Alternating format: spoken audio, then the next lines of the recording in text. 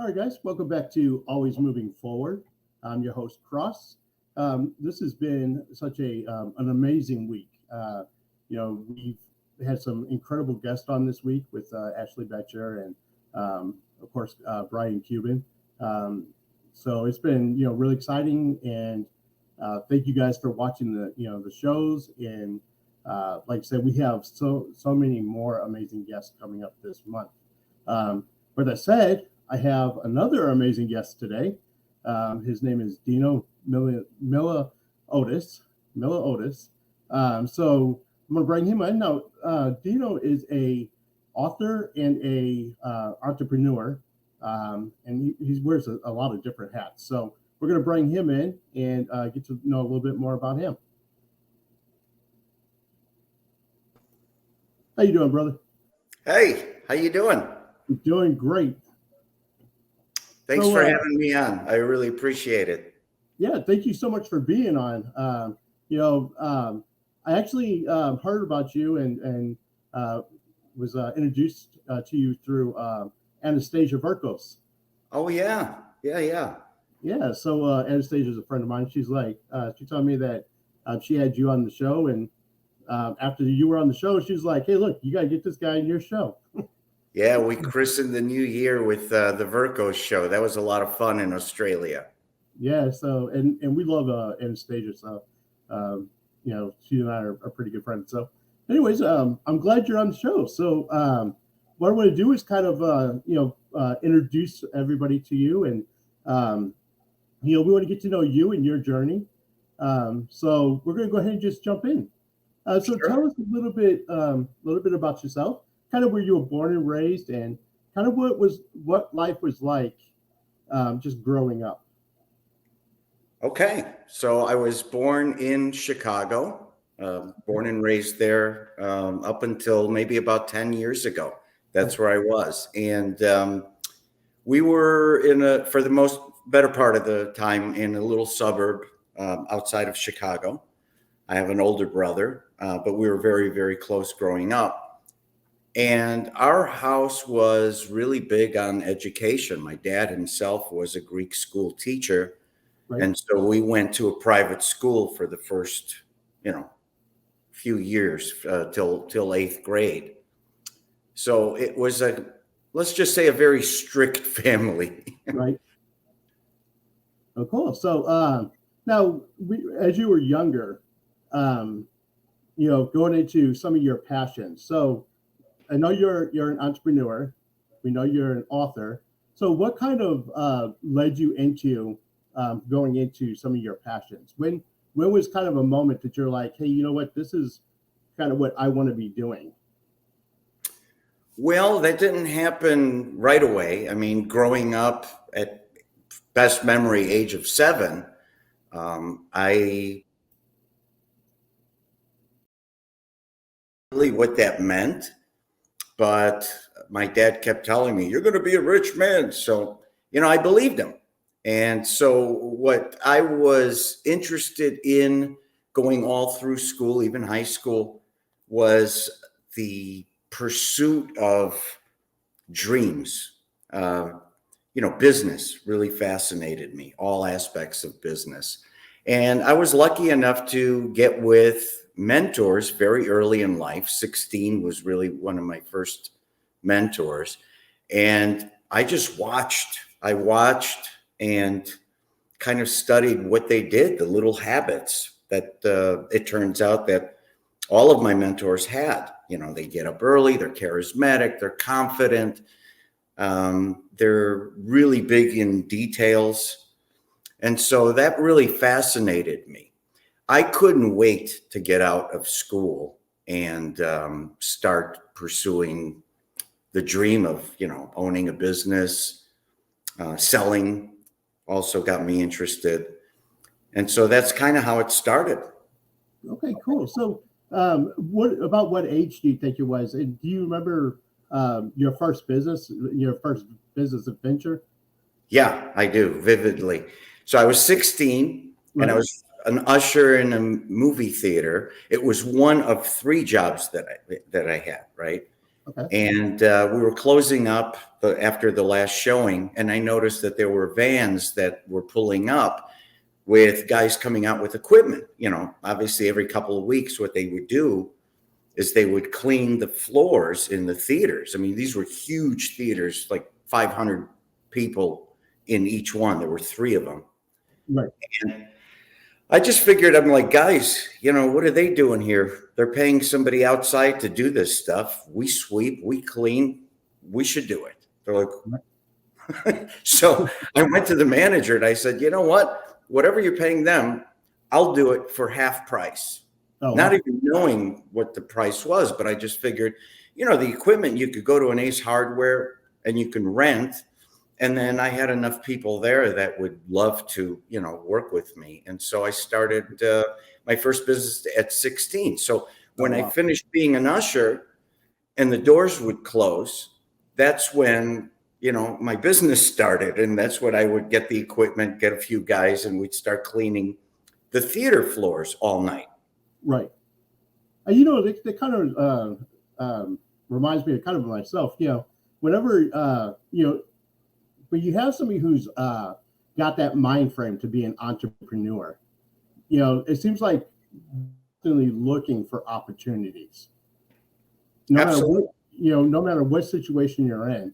And I don't feel like guys like you and I are the kind of guys that when you see an issue, you just want to fix it.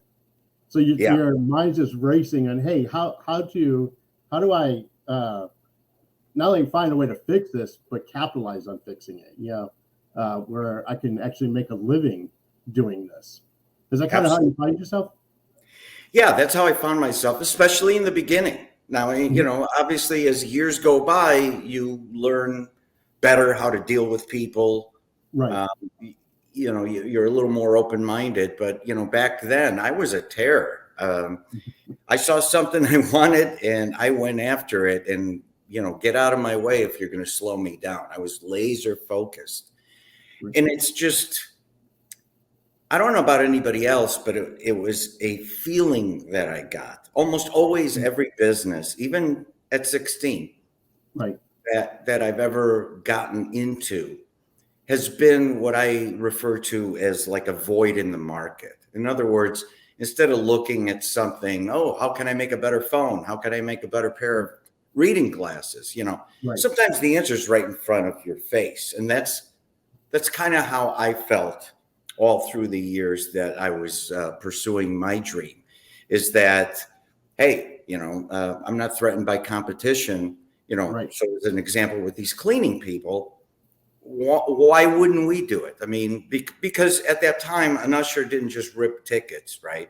An usher, we did the bathrooms, we would pick up and clean all the theaters, from all the junk between showings.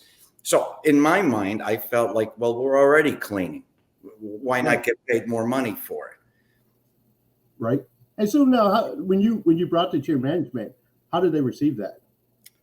They loved it because by that time I had a reputation of being really, really fast. Again, these ushers, me as an usher, you wear several hats.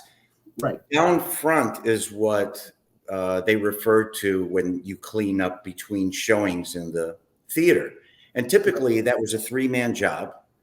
Maybe 30, 40 big bags of trash would come out of the theater before we would let other people in. I got so fast and so good, I didn't need any help. And actually, I would finish before the movie credit. I mean, the movie credits were still rolling. Wow. So I got a pretty good reputation. And it wasn't because I was doing it to impress anybody, but what I found is to make the time go by, to make it interesting, I would always kind of race. How fast can I do this? How good can I be? Where, you kind of, you don't notice at the time, but you stand out, Right. So when I went to the managers to bring this proposal to them, they actually were really excited. They're like, oh, you're behind it? Yeah, of course. Because they knew how thorough I was. Right. Yeah. Well, that's cool too. That they saw that, that initiative and drive in you from the beginning. So, that translated to whenever you wanted to expand and do your own business, you already had that reputation with your management. And that's the thing too about people out there who's wanting to start businesses. A lot of people, they're I want to say that they're always looking for a quick way to make a buck, but they don't understand that you have to start from scratch, and you got to work your way up, and you have to be willing to put in the work before you could just like start a company.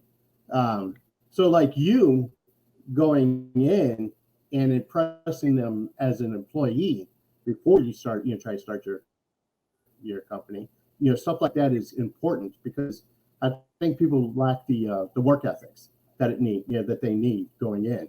So, well, I was not say everybody, but a lot of people, because they're too busy, trying to focus on making that dollar, but they don't understand, to get from point A to point B, you still got to put your time in, and which is what you were doing, So now from there, your first business, kind of share how did that kind of expand into other businesses, and then you going into becoming an author.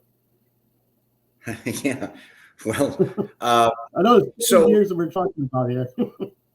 yeah. It's a long storied career, and which is why I, recently wrote my book, because it's just like, wow, you get asked all these questions all the time. You give advice.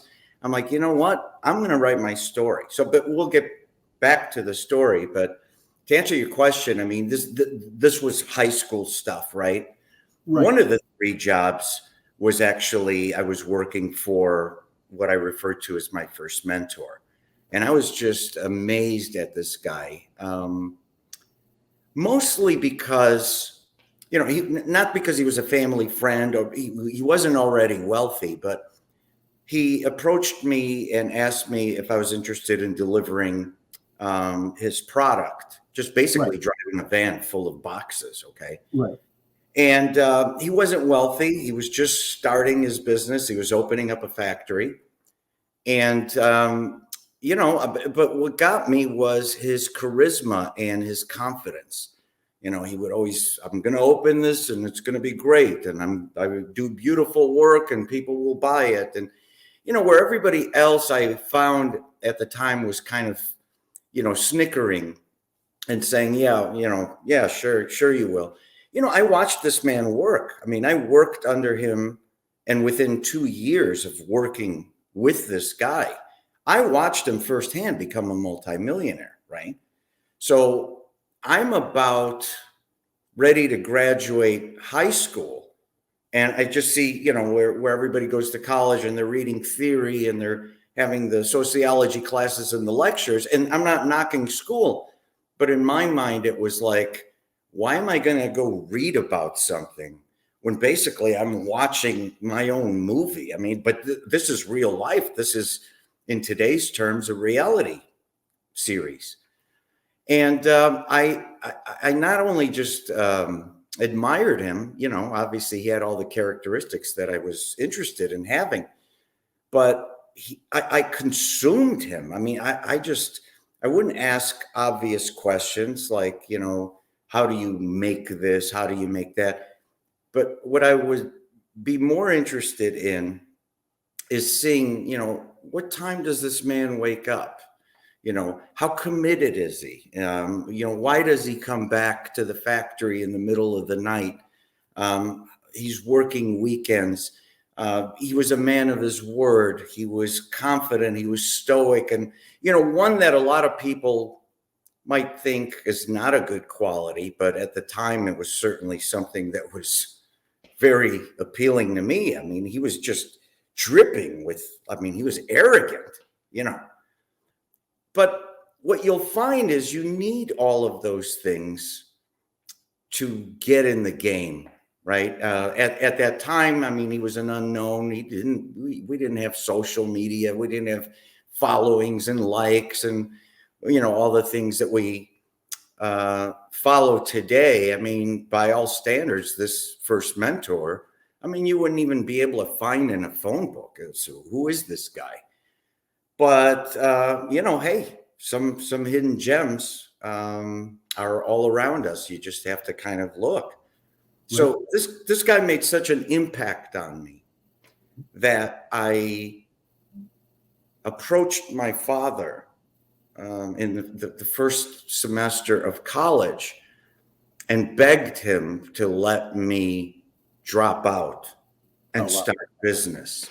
Now you're talking, this is a private Greek school, and he had become the principal of the school by this time. It wasn't something that was really, a popular subject to talk about, but he gave me the chance, and he basically said, okay, go into business, do what you got to do. I know you're just dying to get out there and just try something, but if you fail, you have to go back to college. I'm like, oh yeah, sure, whatever. Thinking, I'm never going back to college. And not that there's anything wrong with college, but again, the way I explained it, I mean, I just saw, I got a first class education right in front of my eyes. This guy's filthy rich, and I'm just like, wow, I'm with this guy. But what happened was the company that he had, he brought in his own manager. And by the time I asked my dad and I got that free pass not to go to college, he had already gotten a manager. And that kind of, I mean, it's not his fault, but as a kid, you kind of look at it differently. Obviously, you're going to blame him and everything. But, I mean, he did what he had to do. It crushed me.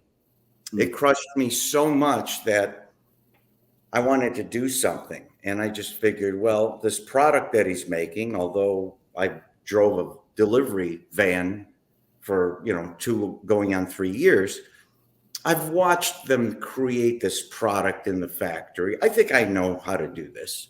Right. So I went out, found a family friend whose father was well off, convinced them, this is 18 going on 19 years old, convinced them that I could do the same thing and I can compete against my mentor. Oh, wow. And he agreed to fund me to the tune of $100,000. This was 1984. Oh, wow. So, I didn't know what I was doing, but I was so confident in what I wanted. Again, I got a bat. I mean, who does that, right? And so here I am, 19 years old, and I have a factory of my own, and I'm creating product of my own in direct competition with my mentor. Wow. Yeah. So let me ask you this. Be able to sit and watch a mentor like that and kind of, see how they live day by day and how they handle a company. I know that's important. That's important to have somebody who can, kind of take you under their wing and teach you that kind of knowledge. While you were there, was he able to teach you the business side? Because having an idea for a company is one thing, but then actually running the company, that's a whole new story. It certainly is, right? And again, for everybody out there that just thinks you could just plop yourself in, any business setting and, you got it made in the shade. It's not, I'm not going to say it never happens, but most of the time it doesn't happen. And here's why, right? Although surprisingly, I knew how to deal with people. I knew, even though I had a very nervous handshake at the time, I knew how to talk to people. I wasn't afraid. I mean, I had no fear. But one of the things that you overlook, especially in this technical thing, I mean, this was decorating porcelain, okay? And anybody who's in that field and understands these kilns that you use to decorate the porcelain, you have to have a certain kind of steel. It's got to be a certain temperature. It's got to be a very clean, sterile environment. All these things are the technical stuff that, somebody like me is probably going to overlook. So as good as I thought I was, surprisingly, I was better. I was better than I ever thought, but the steel that I used was the wrong steel. It oxidized at a certain temperature. It kept destroying the samples that I was making. So it was really very challenging. But, you know, I tried. It was a learning experience. It was, nothing's ever a total loss, but it wasn't a home run that I was expecting. It wasn't the thing that I was going to retire on that I was expecting at the time. But all life's little lessons are valuable, right? Not just the home runs, but also the losses. What I do now is I train people in the seminars that I do. I tell them, remember what it feels like to fail, because it's going to come in handy one day. You know, store these experiences in your memory banks, because you're going to need to recall a certain feeling from time to time. And so all things that you go through in life, I find, are extremely useful if you can do deep dives into yourself and just kind of figure out where you went wrong, or, you know, what you need to focus on, so to speak. Right. You know, and that's a great point too, is that, you know, people who get into business, or some people don't get into business because they're afraid of failing. Right. You know, and that keeps them from, you know, fulfilling their purpose and their dreams, because they're afraid to fail. But to me, failures are, you know, those are just opportunities to learn and build and move forward. You know, obviously, people, you know, look at these big businessmen like, you know, Mark Cuban and all these other guys. You know, they look at these guys and they think that you know, that they just hit success and, you know, went up. You know, but if you were to sit down and talk to these guys, they would tell you time after time after time after time that they've failed. And so, you know, failure, like I said, is just a opportunity to know what not to do next time. That's basically what it is. Right. And just because you failed, you know, you're going to fail again. I mean, you have to embrace that as a fact, right? But there's a lot of things you pick up along the way. I say it's you know, a nice word for it is probably road tested. You know, it kind of makes people feel a little better. But road tested means that, you know, you weren't born yesterday. Obviously, you can deal with the pressure that comes with the dream. Right. And pressure is not always a bad thing. Right. Pressure is part of the game. You know, be careful what you wish for, because it does happen. And it's how you cope with what you're given, right? Almost like an air traffic controller. Wow, you know, you got 1,000 planes in the air. How do you know? And you notice they're methodical, and they know where to go first and second and third. They didn't just sit down in a chair and decide to control 100 planes in the air. I mean, obviously there was, you know, they put in the work, and then I'm sure there was the practical application before they were live directing traffic. It's the same thing in anything you do, and you don't have to own your business to feel pressure. I mean, you could be a manager. You could, you know, everybody goes through that. Right.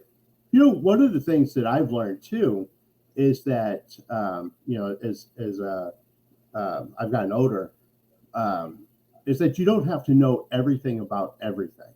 There's a lot of people who think that in order to start a company, you have to know every aspect of the company. You know what I mean? And they want to micromanage. You know, I tell people all the time, know what you're good at, know what your strengths are, but most importantly, know what your weaknesses are, and then surround yourself with people where your weaknesses are their strengths, and bring them in, and then rely on, you know, you can rely on them and work as a team. So I have a team, you know, of people who I know what my weaknesses are. You know what I mean?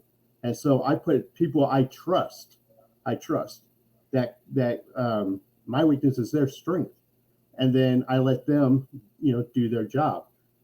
Now it doesn't mean I don't hold them accountable, and I don't try to learn what they're doing, so that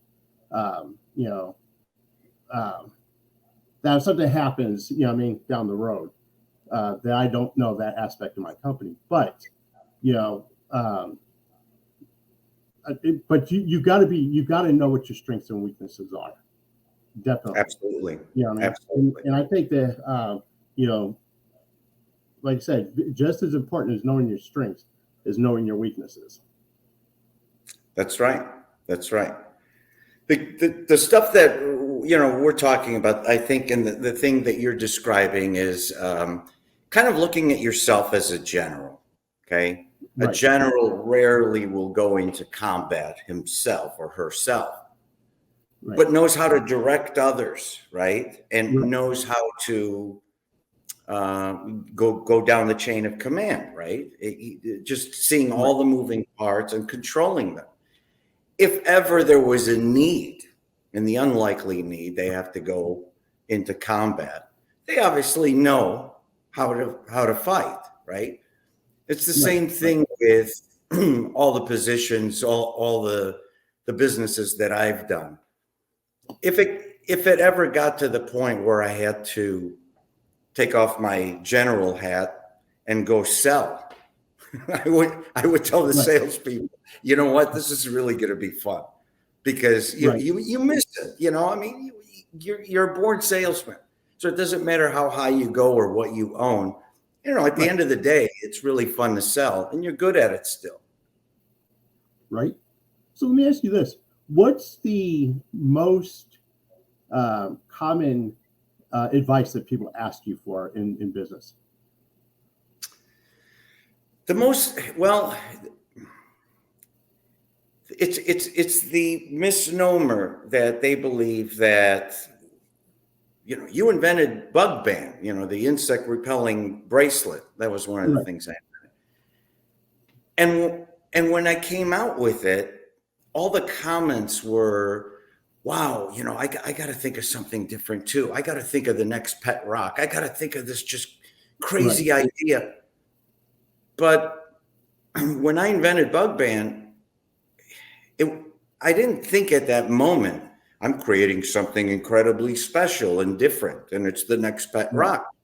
To be very candid with you, I was dirt broke at the time. I've been dirt broke many times throughout my life. That's part of the journey. But I was thinking on how to feed my family, okay, and how to put gas money, have gas money to put in my car, right? Right. I wasn't thinking about that wonder. You don't think it's brilliant when that's happening. And so, but what happens 9 times out of 10 is you open yourself up and you store information. And the advice that I give more than any other is this: when the time is right to strike, right? There's ideas, and ideas are great, but ideas are nothing without execution, okay? And so you ever hear these people that are like, oh my God, that was my idea. I thought of that, and look, now it's out in the market. Maybe it was your idea, but unless you act on it, it's nothing. It's nothing. So when the opportunity for bug ban came around, I wasn't thinking, well, I'm going to create this great new unique product. I knew it was raining like crazy that summer in Chicago. I knew that for the first time I was hearing all the news over and over again about this malaria carrying mosquito that was terrorizing the city of Chicago. And I had read somewhere that there are natural ingredients that exist that repel mosquitoes and other biting bugs. One of them was geranium oil. One of them was lemongrass. One of them was citronella. All that came together just by a chance meeting with this guy who actually had a perfume fragrance in a plastic bracelet. And he was in a booth next to me at a sports memorabilia show. And he was selling these perfume bracelets, or trying to sell them. His pitch was horrible.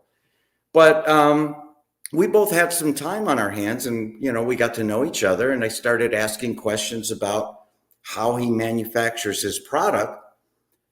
And I asked him, right away, bing. And I was like, can you put any fragrance in your injection molding, right? Can you put any fragrance in these bracelets?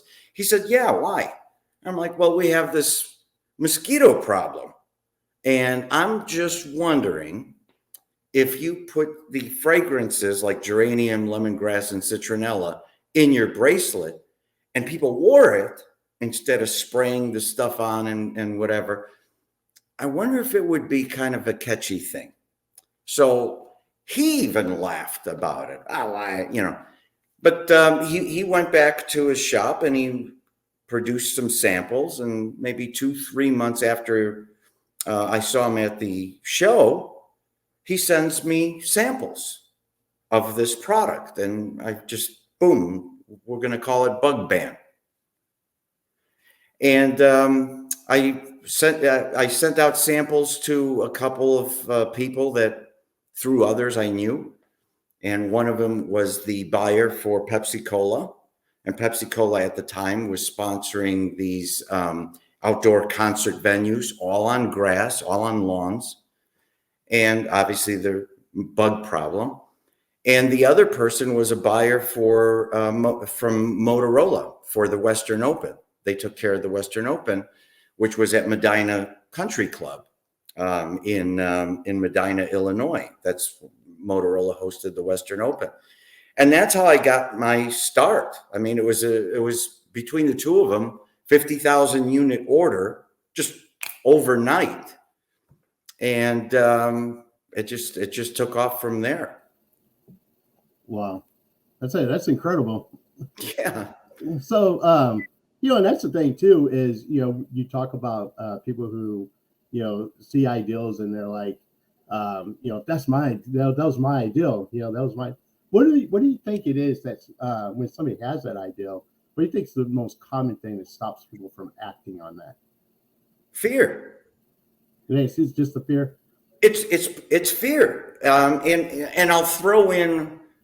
I'll say it lazy. Don't take it the wrong way. I mean, I'm not trying to say anything bad, but we're all lazy sometimes.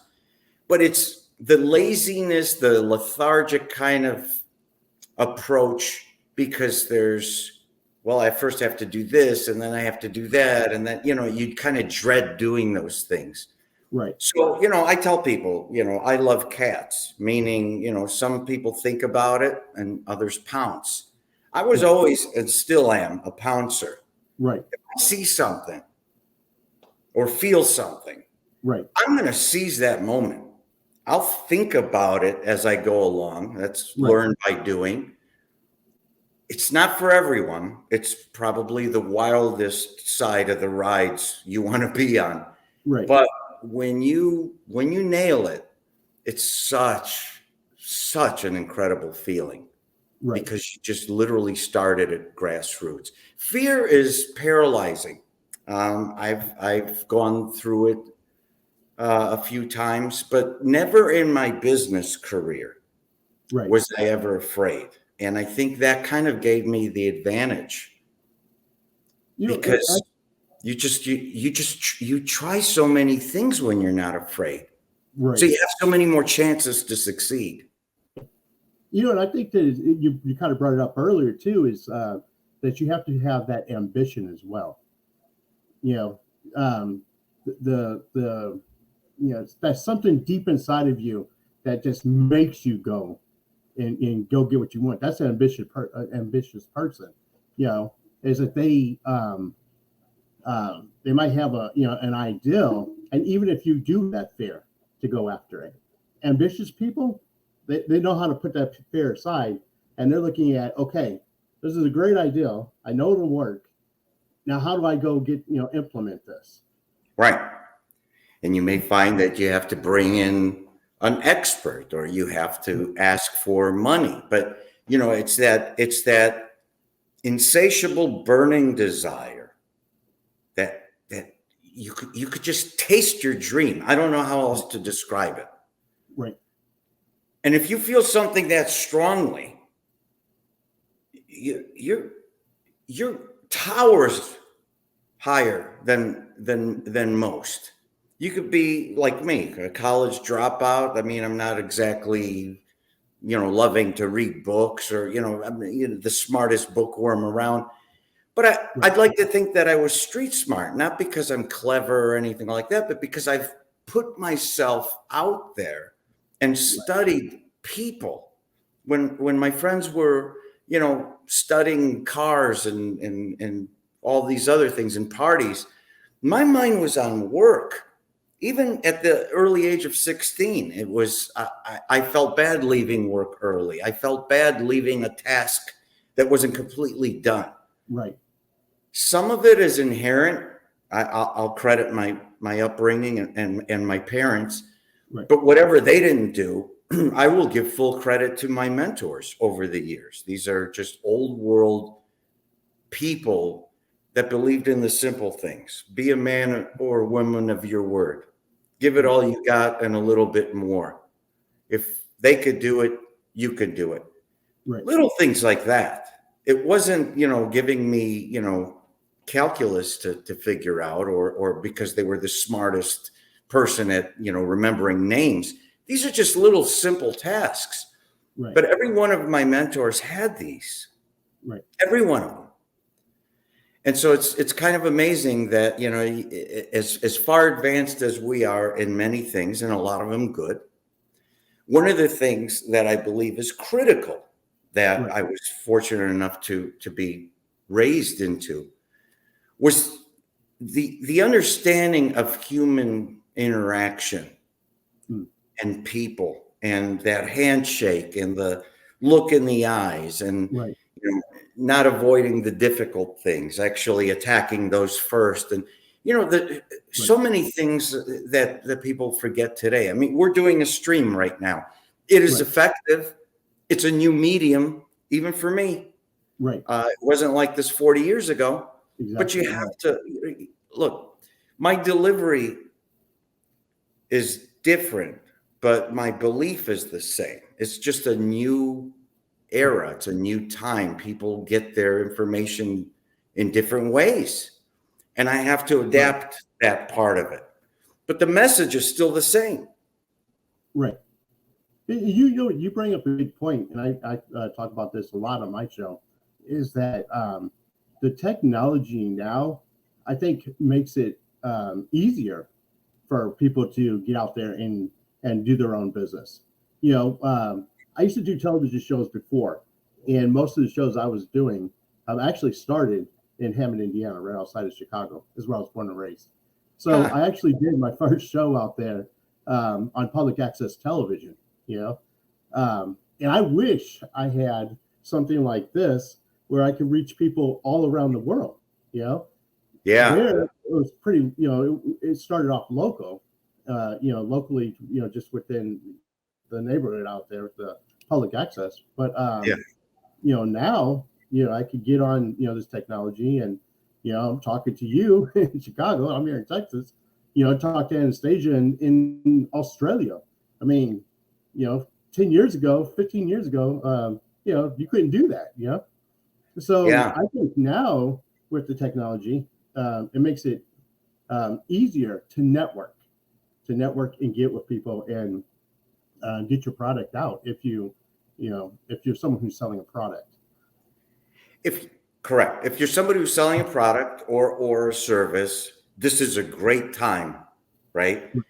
But this is also a time where you have to differentiate from the millions and millions and millions of lookalikes out there. And what I mean, I'm not knocking them. I'm just saying that as watered down as the face-to-face has become, it's my opinion that people have become masters of weeding out the BS and the garbage. Right. They could spot an authentic person. Right. And that matters. That's valuable. People now have the ability to quickly build their brand. Everybody's very conscious of building their brand. I only want to be seen in a certain way. I only want to wear a certain shirt. That, you get it.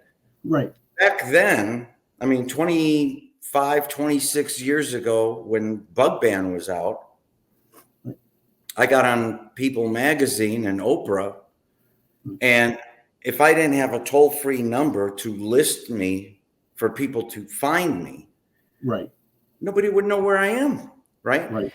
But the interest was coming in at that time, just to give people an understanding, it was coming in by fax on that thermal paper that disintegrates after a certain amount of time. I mean, and I was going through 3 to 4 rolls a day. I mean, the interest was coming in from everywhere.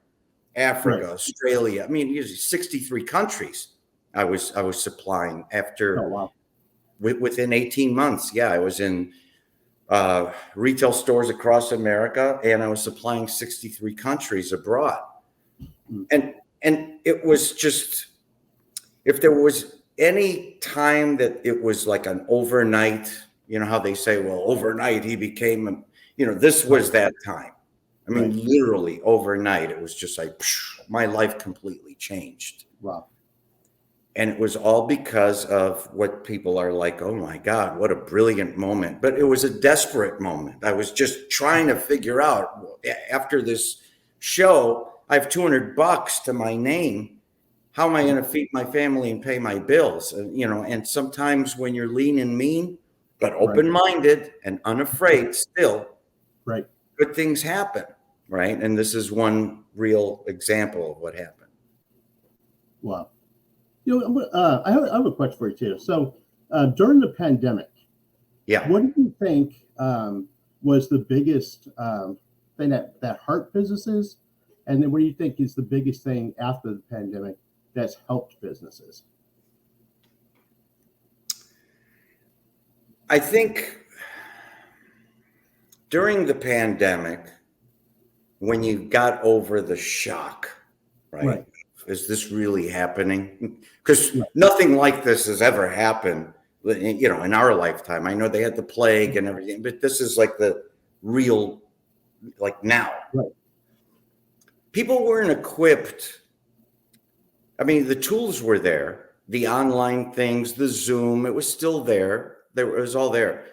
But people weren't really tuned into it. They were just very used to just going through the motions and just conducting business as usual.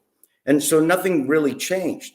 All of a sudden you throw a curveball, and the companies that went out of business first were the ones that were over leveraged. So any loss of business immediately affects cash flow. And if you're running a business, and sometimes you do this, check by check, it's kind of hard to keep it going through any type of catastrophe or minor blip in the road. And a lot of these businesses weren't equipped to service people. They were only equipped to service them face to face. So they were losing an audience.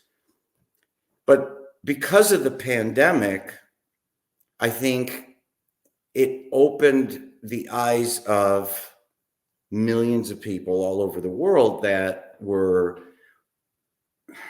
constricted and confined to a desk. Let me just put it that way, where I have to go to the office because I have to do X, Y, Z. And they started figuring out, hey, you know what? I can do this at home.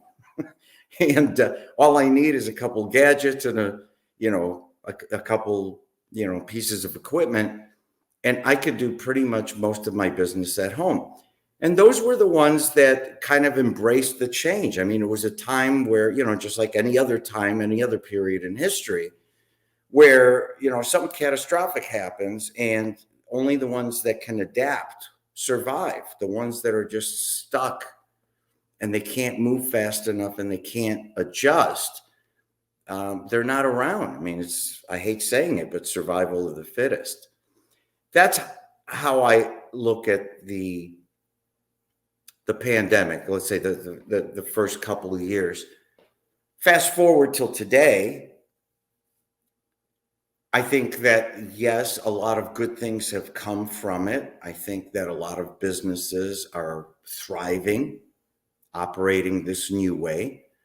I think a lot of families are enjoying more me time than ever before because people find that they can be at home and they can do a lot of the things that they didn't think they could do. As an entrepreneur, a serial entrepreneur, the disadvantage, right? Because I think in many ways we've taken it too far. The disadvantage is those pioneers, those fearless thrill seekers that are looking to start up a venture or two are missing that chemical reaction that I call synergy, being with somebody personally. It's priceless, and I know a lot of times people don't have that luxury, but every now and again, whenever possible, I encourage people to have those face-to-face meetings, to have those coffees or to have those dinners together. They're priceless. And through my career, almost always, I looked at a meeting as just a different city to go and have a nice meal. I immediately took the pressure off that way. And almost always what ended up is the last 5 minutes of a meeting. Right. We would always come up with something together at that dinner table. Right. That was magic. But the synergy and the connection that you created because you became truly friends, right, with your associates and your clients was priceless. Right. I agree with you too. I think that that we miss out on that face-to-face interaction, and it, as much as technology does help us, that face-to-face interaction, I think, like you're saying, is invaluable because you get to know each other, more on a personal level when you're, able to talk face-to-face. And then also, I think you're more free. You're not time restricted. There's no time restriction. And then there's just something too, like you talk about going to dinner, but there's something too about breaking bread and just eating and having sort of that fellowship with that person while you're talking business as well. So there's a lot to that. There's a lot to that. I completely agree. That's kind of a lost art for a lot of people today. Right. And again, convenience aside, we're losing, reading body language and gestures and certain things that even on this podcast, you can't pick up all the things that you could pick up in person. Right. But I never looked at an associate as an associate. I never looked at a client as a client or a customer as a customer. I always looked at them in a weird way as friends. Right. And so the last stint of business that I did, I mean, my average client, where my competition, their average client was with them for maybe a year, mine averaged 14 years. Oh, wow. And they were courted by all sorts of offers. I'm cheaper, I'm better, I'm bigger, I'm, all kinds of things. Right. As that's competition, it's healthy. You can't stop that. But it was never the money. It was never what fee I was charging. It was the bond that was created. It was I became their friend. I knew about their kids. I knew about their spouse. I knew about the inner workings of their business. I didn't just sell them a widget like a lot of people do today. Right. Wow. So let me ask you this. What do you think your biggest advice would be for someone who's trying to start their own venture or their own company? Well, the best advice that I could give somebody is is, again, one, not to be afraid. Right. You're stronger than you think, much stronger. But the third one, the most important one, is to understand that there are two different types of entrepreneurs, in my opinion. And there's one that's going to get some knowledge and put their feelers out and, maybe take a course, take a seminar, whatever they're going to do, where they're literally reading a manual from cover to cover. There are other entrepreneurs, myself included, that if the feeling is burning, the desire is strong, you will find a way. And so, much the same way that I drive my car off the lot and I don't read the owner's manual, I don't read a manual, regarding the field I'm going into. Now, it's risky. There's, when you crash without a helmet, it hurts. But you got to learn how to get up, right? It's that always moving forward. Perfect name of your show. Always moving forward. But it's almost like the Rocky doll, isn't it? Growing up, my favorite movie was Rocky 1 and Rocky 2. It was Rocky that wasn't really educated, but he had drive, he had desire, he had heart, and you just could not keep this man down. And so you become a very dangerous person if you can't be held down. You find a way to get yourself back up and you keep moving forward, because what you'll find, and here's the best advice I can give you. At the time that something is horrible and catastrophic in your life, people feel it's the end of the world. Oh my God, I'm dead. Oh my God, what am I going to do? They're going to take this. They're going to take that. They're going to take my car. It's happened to me. Trust me. But looking back on that bad moment now, years later, it's just a blip. It was just a moment in time.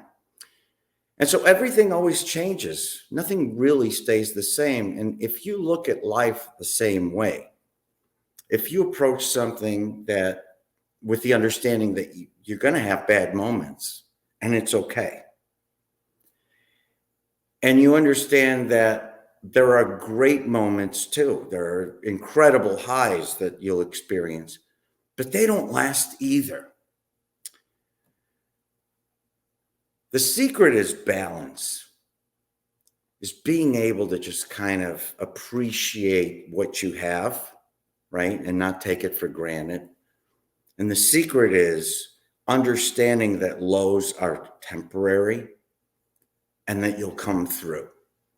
Gives you this kind of inner peace and confidence. It's wisdom. It's wisdom. It takes time to get to this, what I'm saying. You're not just going to roll out of bed and say, hey, But if you understand what I'm trying to explain, you won't take everything so seriously. And that's the key, if I had to put it in one sentence. That's great advice too. And what you said too is that whatever you're going through is just a blip in time, and that's true. The way I look at it is that we go through different phases or different chapters in our life. And during those chapters, I've learned that there's three things when I'm in that situation.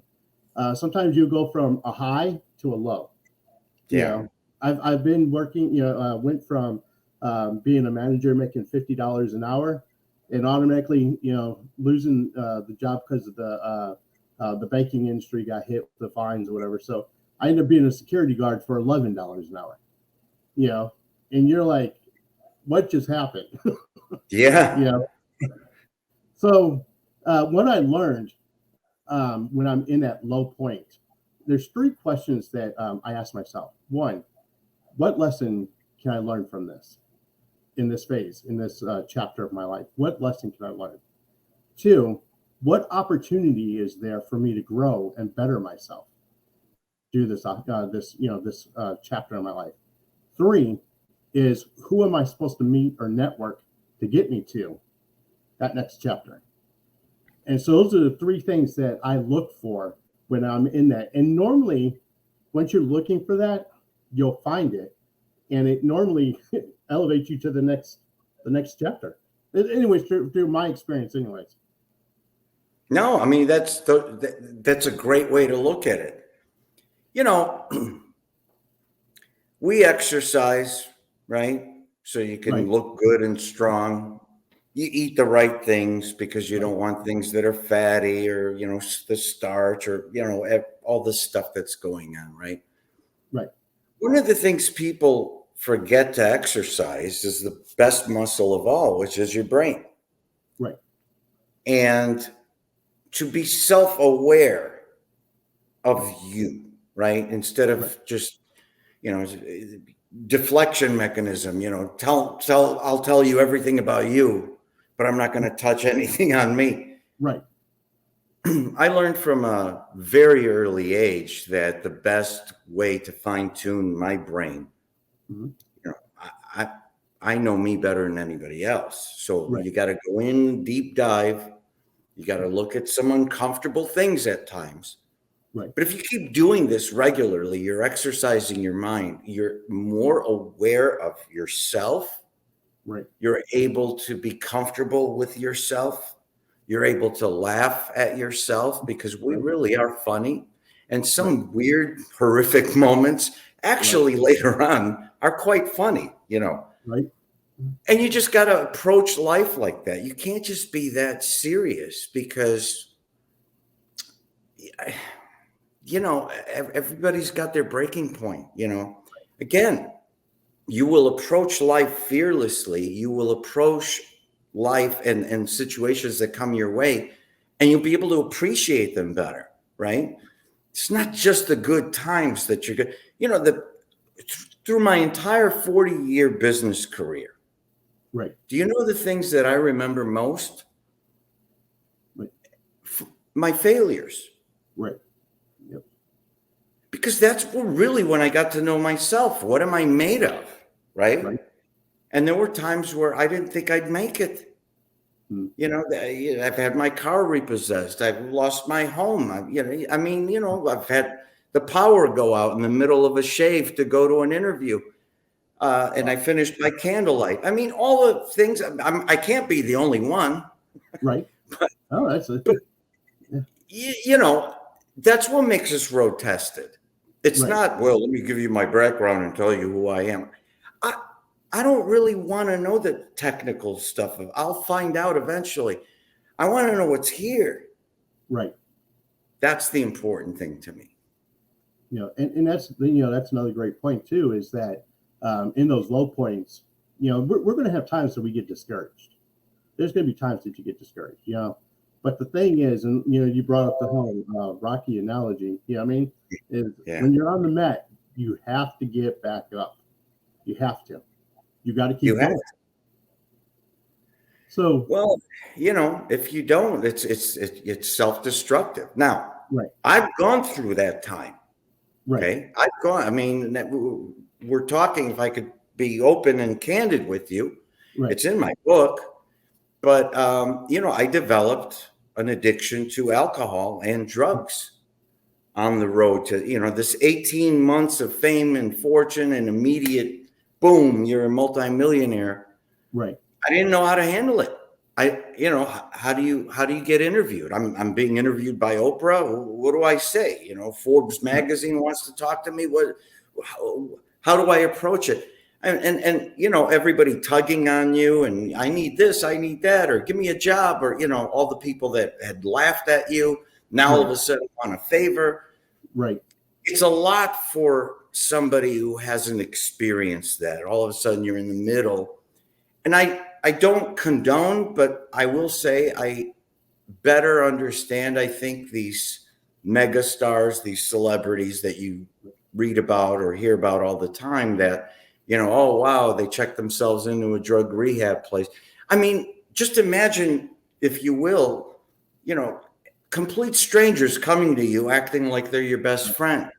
Right. And then you feel like you have no friends and you Right. don't know who to trust, or you don't know who you are anymore.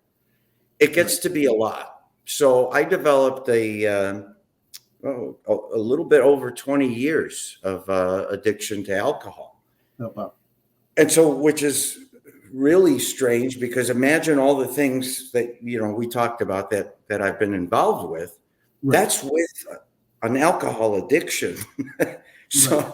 I mean, it's like I was pulling an anvil this whole time, and I was highly functioning, I guess, but still an alcoholic.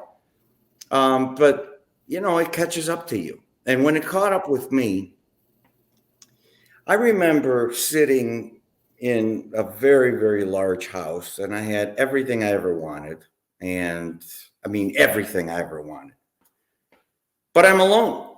And I'm just like, I have all this and I have nothing, And that was the moment. That was my lowest point. And that's when I realized something, that I was chasing riches for 40 years and I got them, right?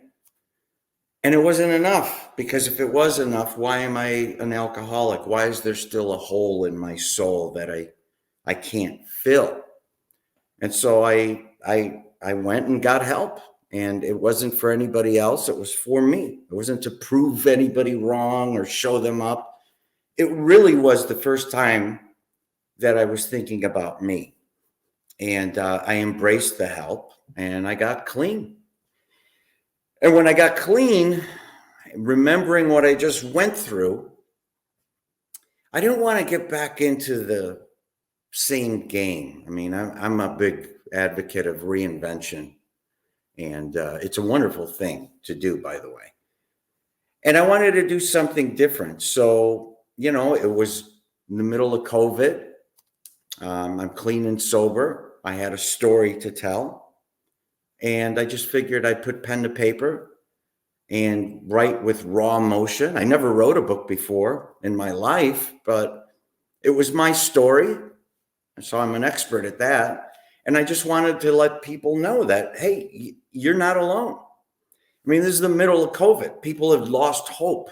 People are sad. They're isolated. I mean, all these things that go through your head. Imagine somebody with an addiction. Imagine somebody being in lockdown who's in an unhappy relationship. I mean, imagine all the bad things, and understand that, I wasn't the only one that felt horrible. There are millions and millions and millions of people out there. So when I wrote the book, I struck a nerve with the world, really. And I didn't plan on that happening, but when it did, it was, the immediate reaction was, wow, there's a lot of work to do.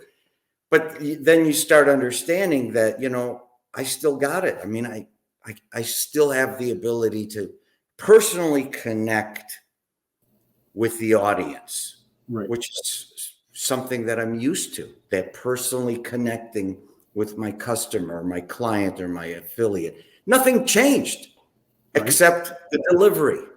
Mm-hmm. And so it was like a fish, back in water. I mean, I just felt like it was a very natural, comfortable thing. And from the book, I started meeting some incredible people and hearing incredible stories that I consider much more interesting than my story. Mm-hmm. And I decided to create a magazine called Life Without Limits. Right. And it's the perfect next step from the book. I mean, it just made sense. And by the way, I've never owned a magazine. Right. But it was, again, that burning desire that I had to do it. That's what the world needs. The world needs hope. Right. And that's really what I'm doing. I've right. touched on the fact that now more than ever, we need to have real stories, authentic stories from real people, not scholars or big shots or, I'm nothing.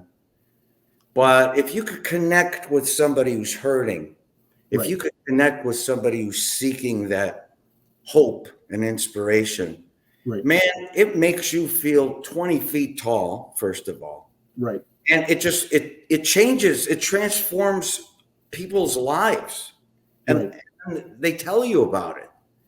It's amazing. Right. And that's another great point too that you bring up, and something that I often talk about too is telling people to put down your phone, put down that device, and when you're sitting at the table with somebody, at work, and you're eating lunch with someone or whatever, actually engage in a conversation with that person, right? And get to know them. One of the reasons I actually started this show is because I decided that I wanted to,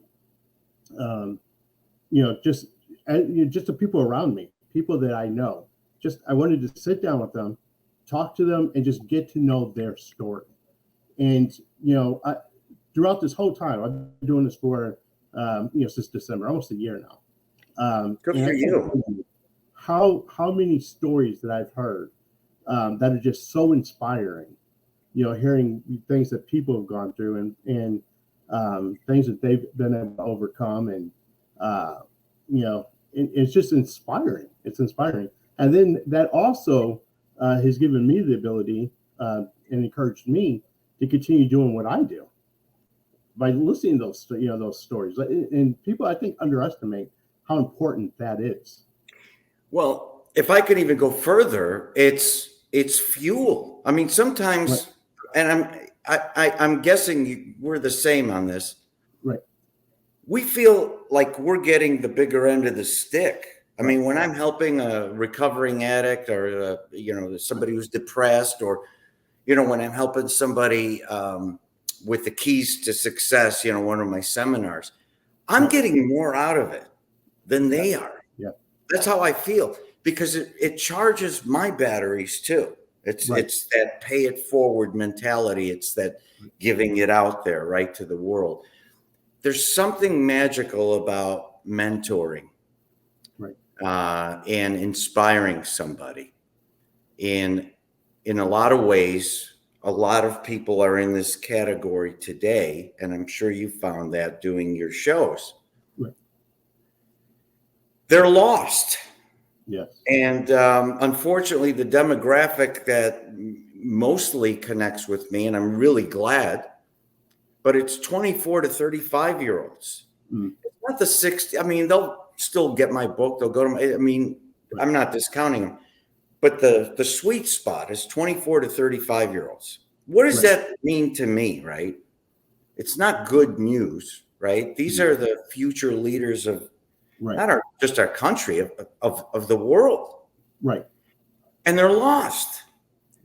And there's a lot of reasons why, but one of them is that they have either forgotten or never learned how to interact with people on a personal level, face to face, regardless of the technology or the flavor of the week, as I call it, right?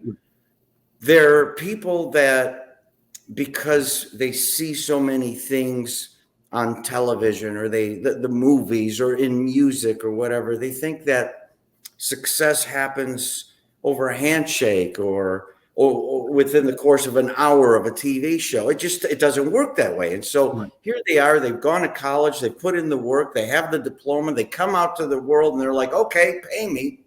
Right. Nobody wants to work. Everybody's wearing the fanciest designer things, driving the most expensive cars, and they're like, hey, I want to get paid too. Right. It's a false image. Right. That and that has to change. So they're not going to go and complain about it, because that's frowned on. So, again, I hate looking at it this way, but there's certainly a market for your show and my magazine and my speaking engagements. There's no shortage of people that we can help. Exactly. But I think now more than ever, the things that you and I contribute, I'm past the point of trying to prove something to somebody or trying to have X amount of zeros in my bank account. Right when I went into rehab, I thought, if I didn't make it, who would come to my funeral? I've made countless people multimillionaires. Right. I've trained people all my life. I've put them in great positions. They've been fed. They've been cared for. And I honestly, at the time, would probably say, unless it was like a obligatory, gratuitous kind of a thing, nobody would show. Right. I don't want to be remembered that way. Right. And so the stuff that I'm doing now, whatever you do, if you're passionate about it, the money comes. Right. But I'm not thinking of money. I'm thinking about actually spreading hope and inspiration and mentoring countless people out there that need it. And to be remembered for something. Right. And you're talking about that demographic between 24 to 35. I look at it, and we're looking at the state of mind that they're in right now. I worry about the ones that's younger than them, who are even a generation removed. Who's about to be coming into that spot as well. Right. And they're getting more baggage because they've been a lot of it's been through this pandemic, and we've seen mental health and depression skyrocket. With this generation. And then now these guys are about to move into graduating school, graduating and getting into the workforce. And we got to find a way to be able to work with those those individuals as well, and be able to mentor them through everything they've been through, and fight the technology. Right. Again, I mean, there's so many different ways you can look at this, but for me, the way I look at it, I'm still learning technology. I'm not going to profess to know everything about it. I don't. But I know it's an important part of our lives. It's an important branding tool. Like we talked about earlier, it's great to get your exposure globally instead of locally, right? Right. But it should be looked at as in addition to, right? Complementary. Right. There's still something to be said about starting a business. It doesn't have to be brick and mortar, but certainly grassroots. Right. There's something to be said about having such great relationships and such a stellar performance record. Right. That it's almost like they look at it as a privilege to buy something from you, or in the 40 years that I've sold a product or service, and this is the truth, I've never once said thank you for your purchase, ever. I always looked at it as I'm performing a service. It's a privilege to have what they bought. So I always would say welcome aboard or congratulations. Right. And people are like, you never say thank you, do you? I'm like, I didn't really notice, but why am I thanking somebody if it's a win-win, you see? Right. But I never looked at people, like I said, as a customer or a client. I looked at them as friends. Right. Friends don't say, hey, thank you for buying this. Friends are like, hey, I hope you enjoy it. Right. It's a mindset. Right. So back to business today, mm-hmm. I think that the most valuable kind of relationships, the most powerful selling tools and machines that we have aren't the internet and the social platforms and all that. Right. It's grassroots people, right? And grassroots people that you spark them up, you get them inspired, and then they in turn inspire others and others. And next thing you know, you're multiplying your efforts. It's exponential. There's still businesses that start like that. Right. Now, when I say that the young people are coming in with their technology, what I'm saying is it's harder to get them to put that down, to get back to the roots that we're talking about. You know what I mean? And that's a challenge that we face, getting them, because they're so immersed in their technology now. you know. That's right. And what what they miss is what you're talking about, that face-to-face interaction. That's exactly right. The other thing that they miss, look, the world needs more storytellers, Right. real ones, right? And I'll give you a quick example. Growing up, my family used to take us to Greece every year, and my grandparents were there. And these are grandparents that lived through World War II. And I remember as a kid, my grandfather sitting me on his lap, and he would tell me stories, personal stories, right, about our family in World War II, what they ate, the bombings, the enemies and the allies and all that. Right. And I remember listening to these stories over and over again. Today, it would be, I had a kind of a flash, like a cold chill when we were talking. Right. Today would be, that grandfather bringing a kid, sitting him on the lap and saying, let me tell you a story about our family in World War II. And the kid would say, it's okay, Pops. I'll just Google it and find out everything I need. Right. Yeah, they will.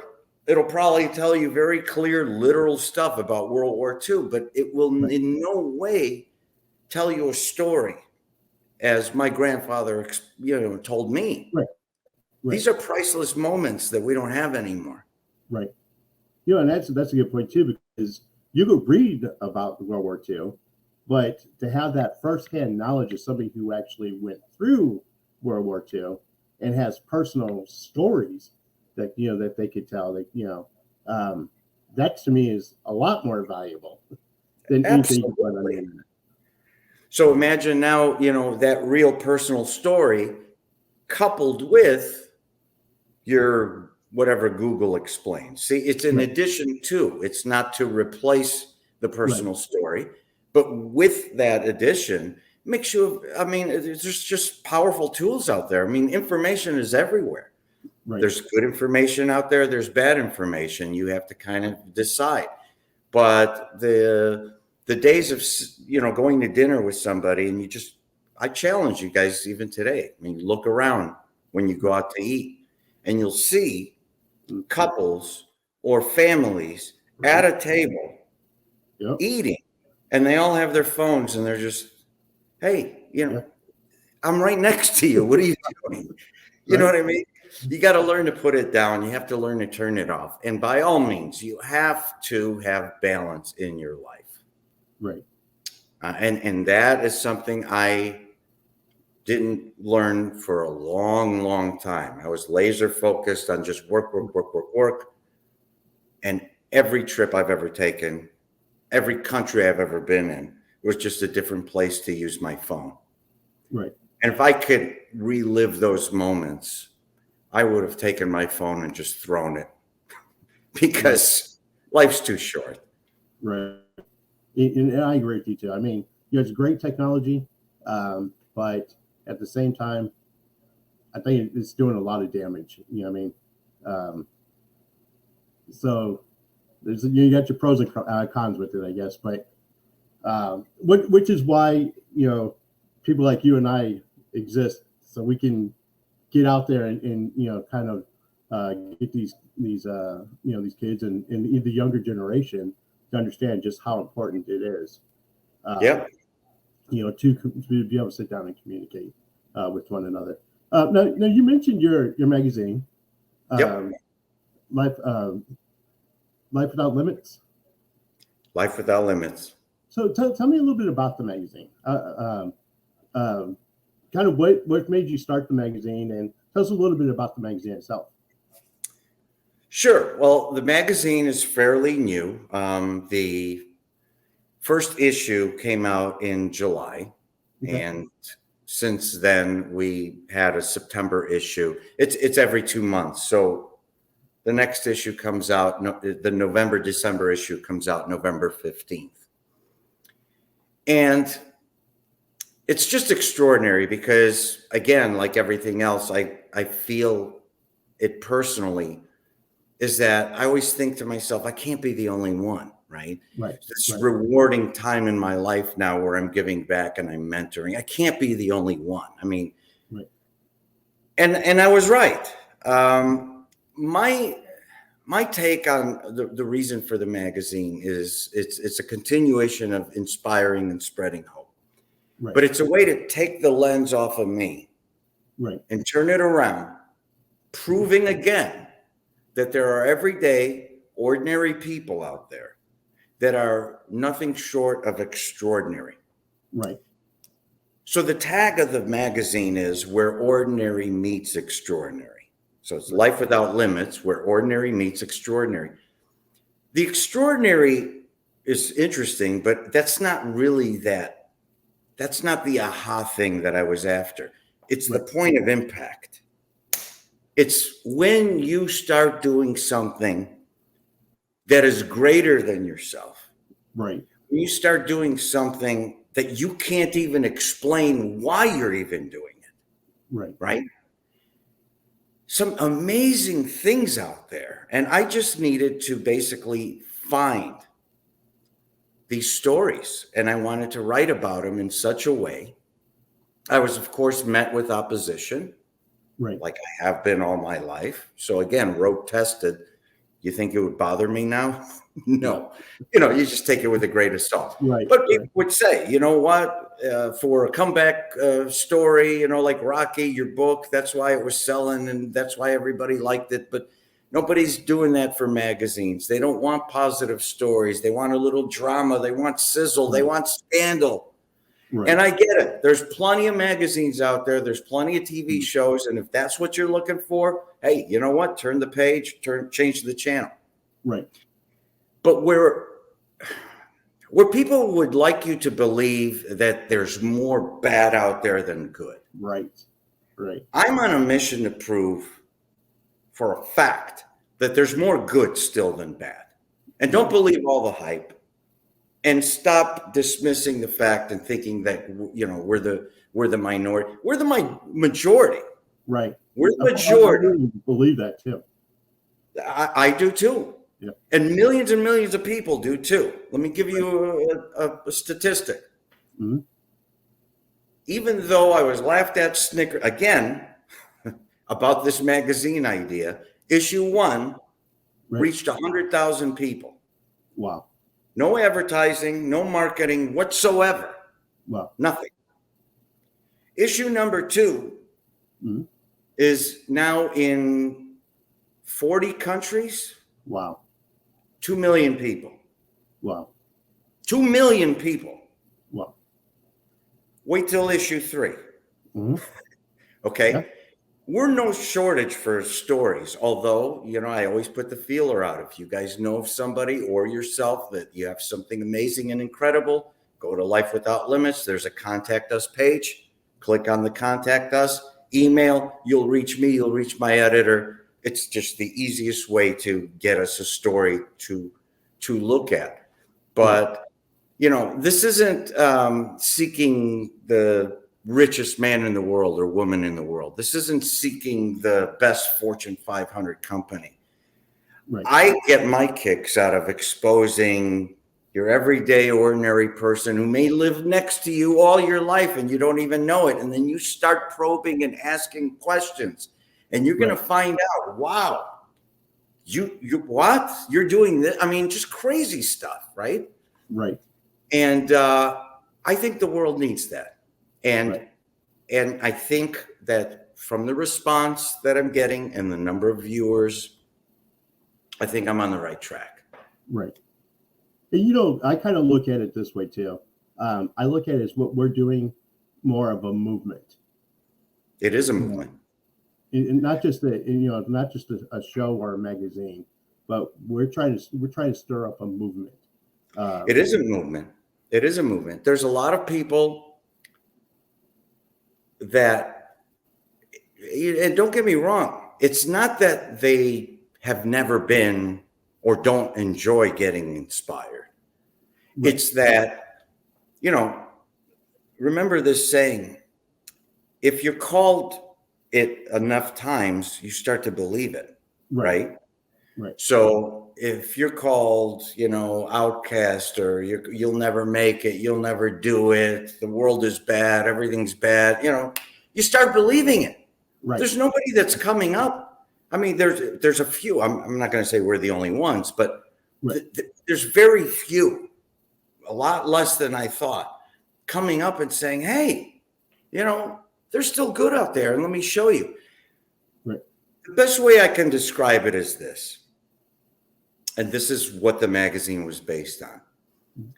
When I listen to music, there's a certain lyric or a certain chord, something, Right. where the hair stands up on my arms. I call that goosebumps. Right. That always happened to me when I thought of an idea. Right. That always happened to me when I connected deeply with a client, or a customer. Right. I remember every one vividly. Right. And that's the feeling that I want to give to the reader. Right. I want that goosebump moment. I want that B-side of a record. I don't want the obvious questions to be asked. I don't want the obvious interview to be conducted. I want to ask questions, being extremely curious myself, that you may be thinking, but you're afraid to ask or don't know how to ask or whatever. And I just figure people love talking about themselves, and you just find these special people and you just wind them up and let them go. They'll light up the world. Right. But not only will they light up the world, then they turn around, because I believe that if I do a feature story, it's that moment in time I'm doing a story on. Right. Well, life isn't, frozen in time. It's fluid. It keeps moving. Right. Everybody that we do as a feature story, they're still part of the magazine. They contribute to our blog section. Oh, wow. They talk about stuff they're doing after the feature story has been done. Right. They're contributors. So the magazine's getting more and more value as we start moving this train. Right. And all of the feature stories and everybody participating and all the fans, they'll always come up and say, what can I do? How can I help? Right. They're not looking for money. They're just saying, this is such a good feeling. How can I help you share it with others? Right. So it is a movement. You hit it right on the head. And everybody has a story. Everybody has a story. That's right. I tell people, all the time too, is, the things that you go through in life isn't only for you to learn. Sometimes you need to share it because other people need to learn from it as well. You got to be a mentor. And that's a responsibility that I'm asking whoever's watching or whoever wants to share or whatever you guys do. Be a mentor. Right. Be a leader. Don't save and hoard it's a trade secret. Right. Believe it or not, all the mentors that I had in my life, they never gave me the NASA command codes or anything like that. It was just simple things like be a man or a woman of your word. Right. There's no secret there, but sometimes we all forget the basics. And it takes a leader, it takes a mentor, somebody maybe who's gone through some experiences, who has a little bit of wisdom to share. Right. Because sometimes we forget. Right. Awesome. So now somebody's wanting to get a hold of this magazine. How do they find this magazine? Sure. It's online. So you go to LWLMAG. So it's LWLmag.com. And you'll be able to see the first and second issue when you go online. And obviously the homepage, contact page, and all that fun stuff. And there's a blog page as well. People have already started contributing. And I'm just really excited. This is the ground floor. This is since July, right? Right. But we're on to something special. I mean, we have some great stories. I mean, we're always looking for stories. But we have people now that are coming to us saying, hey, take a look at and what a great feeling that is. So, we're asking for support. We're asking for people to spread the word. That's how movements grow. Right. And like you said, and I said, I agree. This is a movement.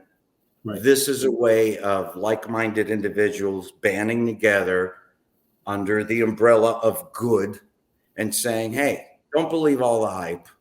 You know, you want some feel good stuff once in a while, you know, turn off the TV, throw away the tabloids, read something that's out there that you can enjoy and feel good. And it's just regular people, just like us, doing extraordinary things. If that's not a message of hope, I don't know what is.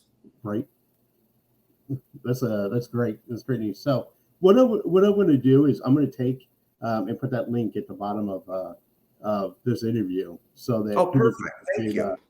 Just click on that link and they can find that magazine as well. That's awesome. I want to thank you, man, for being on the show, man. I've learned a lot about you, and I think that you and I have a lot in common. We certainly do. And isn't that funny? Just by sitting and talking for a little while, you find out that we're more similar than you think. Exactly. Right. Which is ironic, because that's what we do. What we do is, That's exactly right. And that's why it spreads like wildfire. We could tell who the good guys are. And with this magazine and your show, the good guys keep winning. That's a great way to put it.